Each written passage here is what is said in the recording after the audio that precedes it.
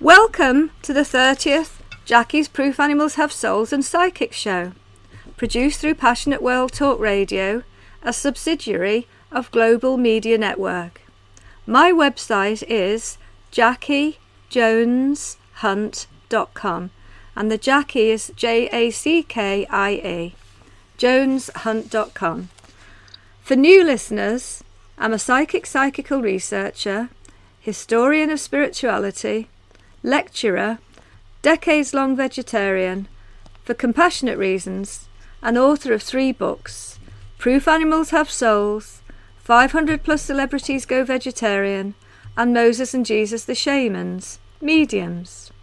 The latter, Moses and Jesus the Shamans, among many other things, reveals the politically orientated biblical mistranslations condemning mediumship, when it was in fact an ancient tradition to consult seers, prophets, dream interpreters, judges and oracles to learn spiritual wisdom and predictive guidance. And this tradition goes on today. It was the Orthodox Church who had mistranslations placed in the Bible that are with us today that led to the 16th and 17th century witch hunts. Thousands of innocents were murdered, tortured, burnt at the stake, and it's left many people suspicious of mediumship even today. So whilst Moses and Jesus the Shamans is encyclopedic in information on mediumship and its global and ancient origins to present day, Proof Animals Have Souls, my other book, introduces the vegetarianism of the ancient world, including the vegetarianism of Jesus and James the Just, his brother, both since birth. James is Jesus' brother, who's practically written out of history by the Orthodox Church. Known for his piousness, James the Vegetarian, James the Just, led Jesus' first followers from Jerusalem for many years after Jesus' crucifixion. And the third of my books is 500 Plus Celebrities Go Vegetarian. It's got 800 quotes from the beginning of time across the globe to present day, asking for compassion for animals, which make us more compassionate to each other. And that even includes from Pythagoras, the Buddha, to Paul McCartney. Now I'd like to introduce Rachel Neat, who's with us today. I'm pleased to welcome my guest from Manchester, UK. Rachel is a medium and president of the Oldham Spiritualist Church near to Manchester, UK. Rachel offers private one-to-one sittings, spiritual healing, and demonstrates evidential mediumship in UK churches. Rachel previously worked as a high school reprographic designer, I'm not good with the translation here, and professional singer of soul and Motown. Rachel's email is Ray, R-A-Y-N-E-A-T-E, rayneat @outlook.com, and she has a Facebook group called Spiritual Soul and Guidance, and TikTok is @Ratchen1979. So welcome, Rachel. Welcome to the show. Oh, thanks for welcoming me, Jackie. Nice to be here. Pleasure. I've got lots of questions to ask you, and we've got about 12 minutes to do it in, so let's get started. Oh, brilliant. So just just go with the flow and give the listeners your thoughts. What are your earliest memories of mediumship, please? Well, I can go back as early as around the age of 3, possibly a bit before 3, where I experienced some Victorian children that used to come and visit me in the bedroom when I would go to bed. And at that time, because obviously I was very young, I just took them for what they was, and I assumed it was just children that was with me when I went to bed, until I brought it to my mum's attention. And I said to her that I had these 2 children, and she asked me to describe how they looked. And as I described what they was wearing, my mum said, well, this can only possibly be children of like Victorian kind of times. She even went to the library and got some books and pointed out clothing of what Victorian people would wear. And I said, yeah, that's what they was wearing. And then after that, there was many more experiences, but that was the first one that I can remember. And also, I used to get achy legs, obviously, because as you're growing, you get the aches and pains. Yes. And I kind of thought it was their fault because they used to jump up and down on the bed. But they were just being playful, but I did get a little bit worried by it. And then things become more and more frequent then, and I become more aware. And I was able to see a lot more from that day onwards. I remember a lot more, yes. Thank you.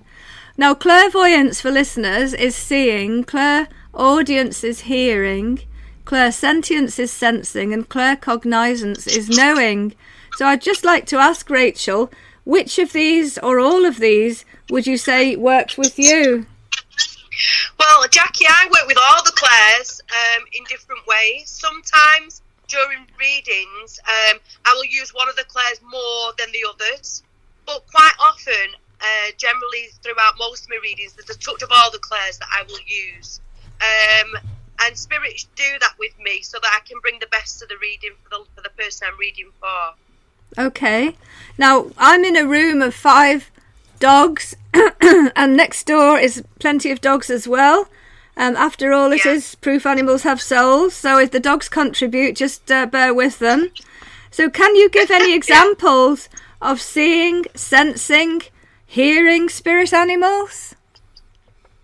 Yeah, I can actually. I mean, throughout my journey, I've always seemed to have a lot of spirit cats around me, and I will walk into in my home, I will walk into a room, and instantly I will smell like cat wee. And I'll look and I'll start seeing cats in my, with my clairvoyance. I'll start seeing cats in the room. Yeah. And even when I look on the bed, there'd be an indentation on the bed where you can see there's like a curled up sort of room in the bed where the cat would be asleep. But recently I've had a really, really lovely touching experience. I went to Greece for a week by myself just to have that little bit of me time. And I have my own dog at home, which she's a Chihuahua, and she sleeps with me in my bed. So obviously she couldn't come to Greece with me, so I had to go by myself without her. And on my second night, I was starting to feel a little bit lost without her. And because obviously I work with spirit, my guides was so kind, and they brought to me lots of different spiritual dogs and cats and all different kinds of animals to me, and that they would let sleep in the bed with me. And these wasn't cats or dogs that I've ever had in my lifetime up to this present day. These were other people's animals that were from the spirit world, all different sized dogs and cats. And even at one point there was a rabbit in the apartment that was bobbing along the floor. So I was really blessed that I was able to have that experience and understand and feel that experience through the work that I do for spirit. So yes, there is definitely within animals a soul, and I through the work I've done, I understand that when we come to the earth plane and we choose our journey and our script, we also include people that we want to experience that with, and we also include animals. And every single animal that we have in our lifetime, yes, we've asked for them to be a part of our journey. So we've chosen them, and they've chosen us. And their soul is so important to have with our connection and our journey. Same like a soulmate. So yes. A pet or an animal can be just like a soulmate. Some people will go through life not having a human soulmate, but yet they might have an animal soulmate instead. Yes. So I'm a great believer that they do have souls, and they are just as important. And this isn't just cats and dogs. This is all animals, all creatures. We're all part of God, which is the source, and He gives every soul that experience here. And we come as different experiences as souls. So whether we're a dog or a cat or a human, we've all got a soul. So yes, animals definitely do have souls. Yes, well, they say in the Bible that Che Nefesh was we have souls and animals have souls. Because after all, human animals are two-legged animals. We are primates, and we're biologically classified as mammals. And animals and birds have rapid eye movement sleep, exactly the same as us. They have dreaming sleep. So they also have nightmares as well, if you think of them in laboratories and slaughterhouses. Exactly, yeah, they should. But Che Nefesh was in the Bible saying that animals have souls and we have souls, but it was mistranslated that we have souls and they are mere creatures, and that is a definite mistranslation, which is in my book as well, Moses and Jesus the Shamans. Yeah. Well, we've been... Sorry? I believe that we're all here as the human race. We should be protecting animals and making sure that they're treated well, not ignoring that they need our help when they're being mistreated. So because we're here to protect and help one another, and that includes animals. Absolutely, and if we treat animals well, then how much better we'll treat each other.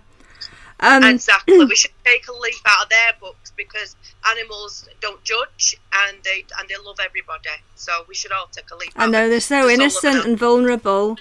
Exactly.